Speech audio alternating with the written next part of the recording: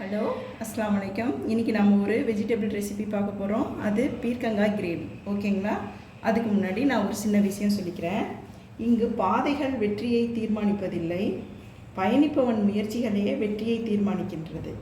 முயற்சி இருந்தால் செல்லும் பாதையெல்லாம் வெல்லும் பாதையாக மாறும். ஓகேங்களா? இப்போ நம்ம சமையலுக்கு போகலாம்.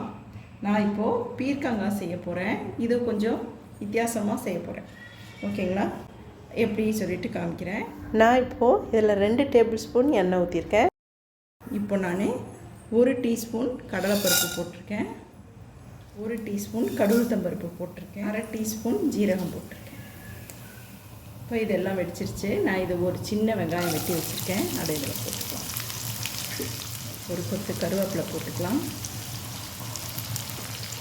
2 பச்சை மிளகாய் போட்டுக்கலாம், ஒரு 6 பல் பூண்டு நறுக்கி வச்சுருக்கேன், அதை இது நல்லா வணங்கட்டும்.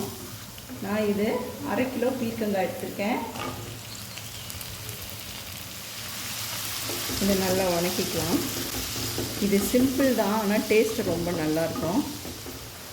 இப்போ நாம் இதில் மசாலா போட்டுக்கலாம்.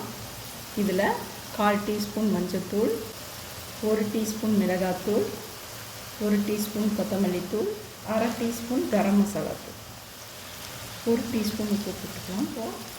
இது வெந்துருச்சு. இதில் நாம் 1/2 கப்பு காய்ச்சி ஆற வச்ச பசும்பால் ஊற்றிக்கலாம். இதுக்கு நம்ம பசும்பால் தான் ஊற்றணும். ஆற வச்சது காய்ச்சி ஆற வச்ச பாலை ஊற்றிக்கங்க. 1/2 கப் ஊற்றிக்கங்க. இப்போ வெந்துருச்சு. இப்போ நம்ம இதில் கொத்தமல்லி தூவிட்டு இறக்கிக்கலாம். இப்போ இதை நான் சர்வ் பண்ணி காட்டுறேன். நம்மளோட சூப்பரான பீர்க்கங்காய் கிரேவி ரெடி ஆகிடுச்சு. சாப்பாடு கூட நீங்கள் போட்டு சாப்பிட்லாம், இல்லை ரசம் சாதம் சாம்பார் சாதத்துக்கும் தொட்டுக்கலாம். ரொம்ப ரொம்ப நல்லாயிருக்கும். செஞ்சு பார்த்துட்டு எப்படி இருந்துச்சுன்னு சொல்லுங்கள். என்னோடய வீடியோ பிடிச்சிருந்தாக்க எல்லோரும் லைக் பண்ணுங்கள், ஷேர் பண்ணுங்கள், சப்ஸ்கிரைப் பண்ணுங்கள். நான் அடுத்த வீடியோவில் உங்களை சந்திக்கிறேன்.